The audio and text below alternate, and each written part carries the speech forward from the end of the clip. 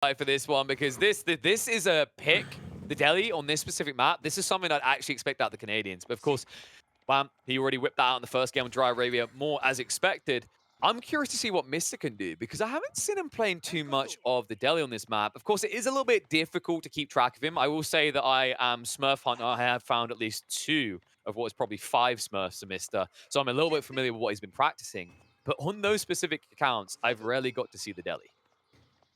And the thing is that, as we've discussed in the previous set as well, we could possibly go to 7 games over here, so you will have to call up some of the civilizations that you're less comfortable using.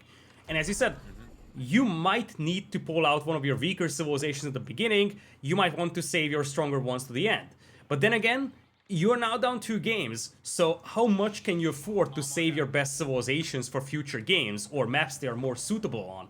So it's going to be an interesting dynamic to take a look at here, and it's going to be interesting to see how Mista is going to use the Delhi Sultanate, a civilization that, as you pointed out, he has not played a tremendous amounts with.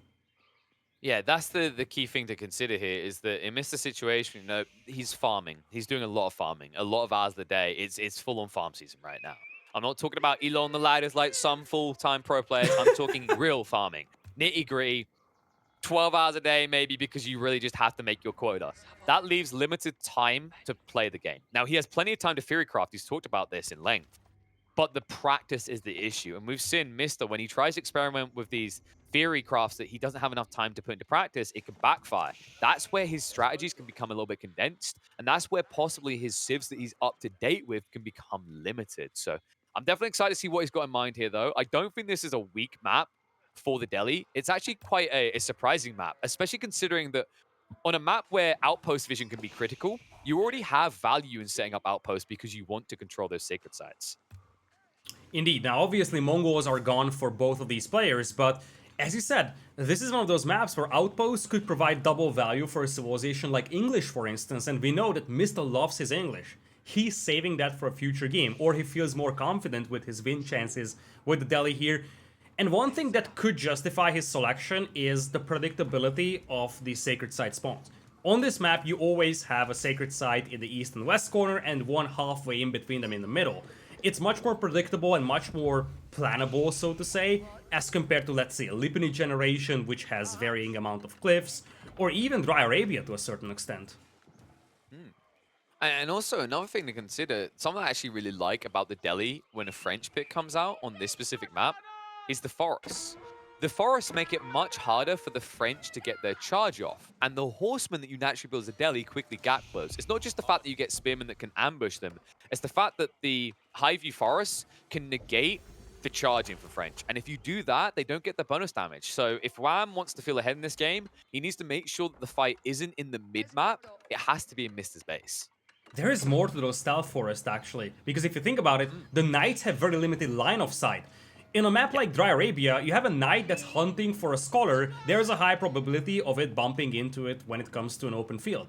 But on high view, it's actually relatively easy as compared to other maps to conceal the movement of your scholars that are heading towards the sacred sites from the movement of those knights. Yeah, something I really love about High View is the way that it has something to offer up most types of units. Like archers can ambush you from inside the tree lines. We know what siege can do, Mangonel Smash. Knights, of course, can sneak you up on your base and then come out, ambush a villager line. And even units like spears can surprise those knights. I love the dynamics that you get from Stealth Forest. I think actually, like, if I was to know one mechanic that I think is like my favorite in Age of Empires 4, I think it's the layer of strategic depth that Stealth Forest and Vision in manipulation adds into the game. It is one of the biggest features that Age of Empires 4 has added to the Age of Empires franchise.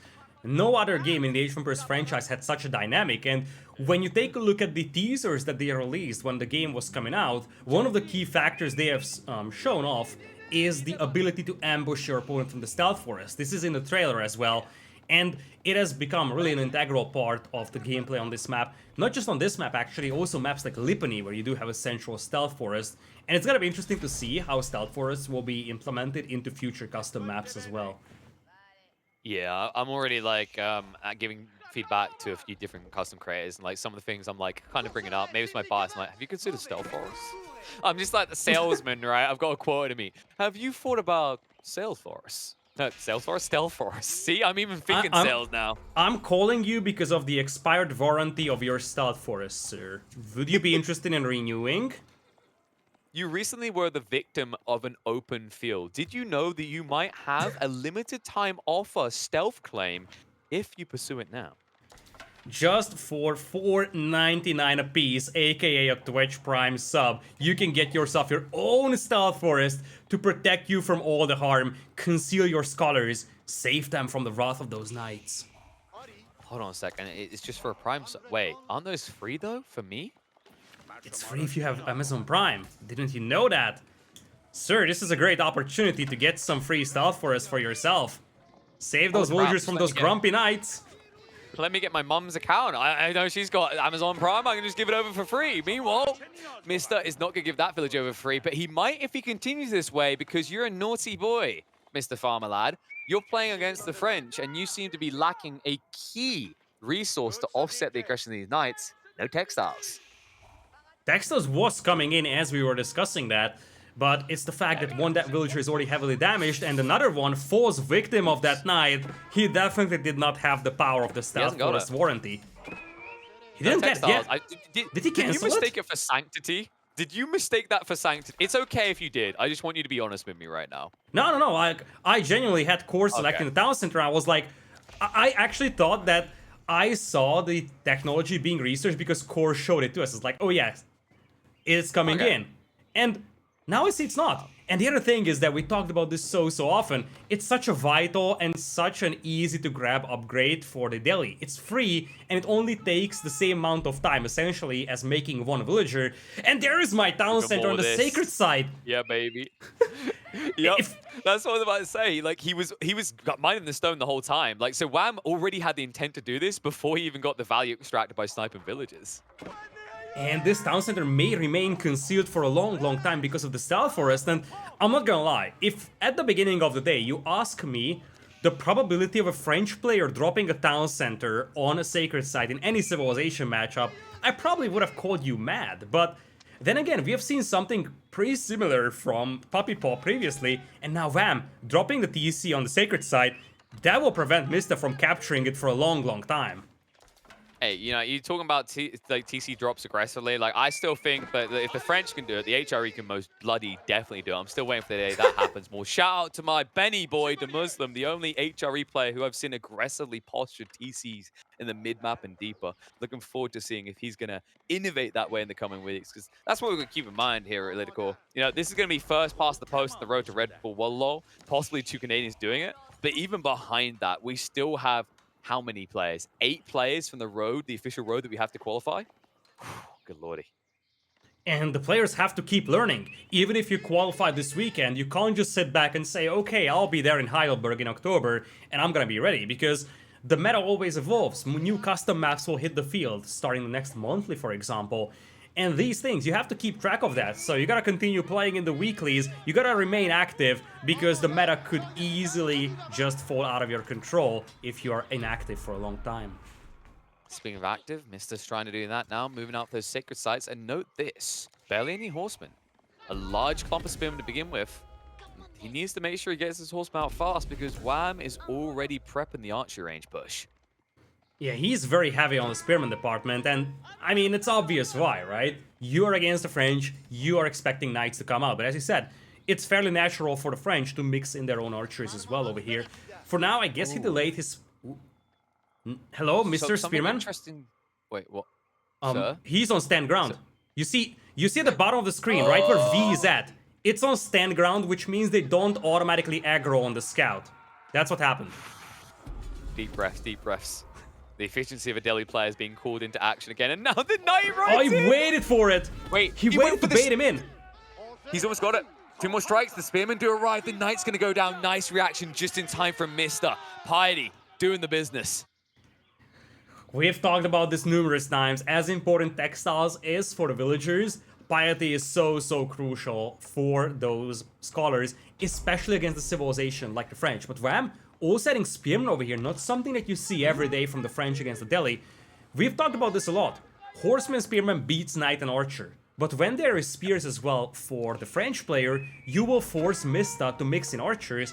Archers that will struggle against the Knights, so Mista is gonna have to balance his unit composition very carefully, because one misstep and he's going to get his army wiped out. And keep in mind that Wham can afford this. He went 2 TCs. One of them was playing off of Bambi, or the deer stack near the center. So he's got a lot of food income. He can sustain this push, but he needs to get more aggressive or think about eventually taking up himself. Because remember, Mista, at the end of the day, although it's only one sacred site, he's gradually stockpiling the gold required. By about 12, 13 minutes in, he'll have what he needs to go up to castle. You are saying that, but look at Mister's resources. I mean, at this pace, he's going to have it by 11:30.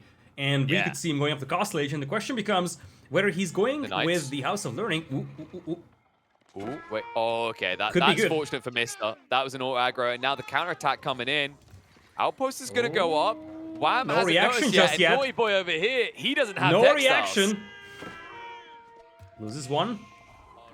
On the other side, though, Goldmine have to be evacuated, and this could delay Mister's Castle Age timing. I wonder if Mista has sheep in reserve, actually, because he's already out on these berries. So he must have already exhausted the initial supply. And if he hasn't got many initial is sheep, gone. this can cripple him. Oh. He really didn't want to get scratched there. Yep, He's last just the not sheep running is out. gone. Just enough for Castle. Yeah, but not enough to keep pushing units, which is very dangerous. That's why he's going to double down on this berry line now, chasing the Knights away. Keep in mind that Mista has been defensive with scouts because of the Peskin is a high view. I think he only just got the info in the last, like, 30 seconds that Wham has gone double TC.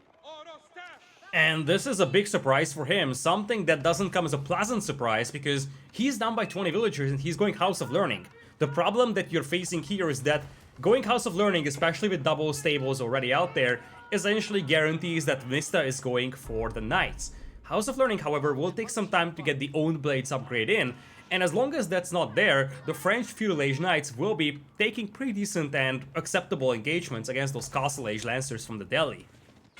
Yeah, that's the beautiful thing. When it comes to the French Knights, as long as they get the initial clash, and this is where you kind of like have to learn to min-max. Like 5 seconds can feel long or short in a game, but remember that French Knights, when they charge, they get bonus damage for 5 seconds. That makes you comparable to the Lancers, definitely before they have home blades. After that You can 5 also seconds, heal. though, you need to peel away.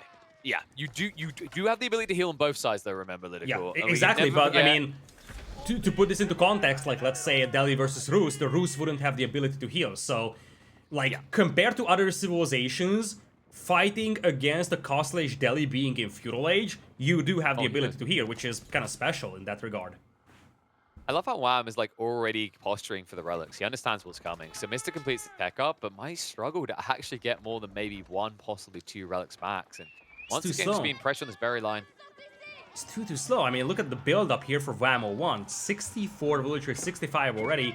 He's also leveraging map control big time. I think he might have villagers on the boar, he has villagers on all the hunts, and he's stripping the map barren of food sources as well, something to keep track of in the long run. I think he's raiding a gold line as well on the south side of Mr.'s base. Yeah, that could be a big one. Exposed there. And it's important as well because he needs the gold for the push of premium units that want to come. So Knights will raid in. They find the Scholar. So no villagers out here. I wonder what they might be doing there, but still denying the Scholars is frustrating at this stage. Mr. only has 7, and he's yet to pick up a single relic and start running it back to base.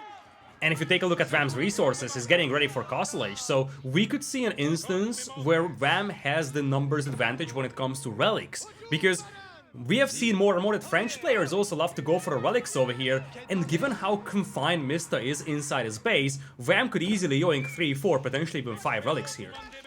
There he is shooing him away. He's like, get the hell out of here. Realistically, Wham has control over 3 relics as it stands. It could easily be 4, though. You can see they're now contesting like West Side 1, and it is going to be Rule Institute. So Wham, I love this. He's going to combat the Delhi where they're strongest, and do so from a strongest position possible via early access to Imperial technology. Great decision by Wham. I 100% support this one. As you said, you know that the power spike of the Delhi comes when they reach Castle Age, when they think about the elephants, when they think about the castle drops. So you want to make sure that you survive that period, and the best chance for you to accomplish that is by using that landmark, the Royal Institute. Missed up. That Scholar's about to go on a journey so long it could probably have a trilogy here. Yoinky yonk. Wham. He could maybe just move across. He has to suspect. He just scouted out that the relic is gone. We'll see if he actually intercepts at any stage. But as it stands, Wham now catching up in the tech department, and Mr. fallen further behind in the eco department. Look at that disgusting 35 villager lead. And village fortresses are nowhere close to being a reality. You see, he's not even mining stone in here, so we're getting close to the stage where it's double the eco for Vamo 1 with no chance, or at least minimal chance, for Mista to catch up on the villager department. And it's not like the relics or even the sacred sites are compensating for it, because you only have one sacred site and you're yet to garrison the first relic as the daily. Whereas for Vam, he could also be working towards those sacred sites and relics in a blink of an eye. And the walls are all going up, so you can't even try to sneak control around the back and say Sacred Site Victory is how I'm going to do this. Also, that TC in the center, not the bulkiest of buildings, but Wham already has a foothold there. He's gathering on stone. I wouldn't be surprised if we see a keep drop soon. And he just calls it. We won't. We won't see a keep. He knows. Yeah, I said the word keep. He was like, no, not my beautiful sacred sites. That's once again a very early GG by Mista, but understanding that he's so far behind economically, there's no way that he'll be able to catch up. As you said, conceding that town center in the middle of the stealth forest gives a shroud of mist around that town center, make it much more difficult for Mista to scout it. And you see, Mista was playing a passive game. He was playing fast castle, he was playing for the relics here, but Vam denied it. And Vam could afford to deny it because he had the power of a 2-town center economy that was never punished by Mista here. With that, Vam moves on to a 3-0 lead, one game away only from a ticket to Heidelberg.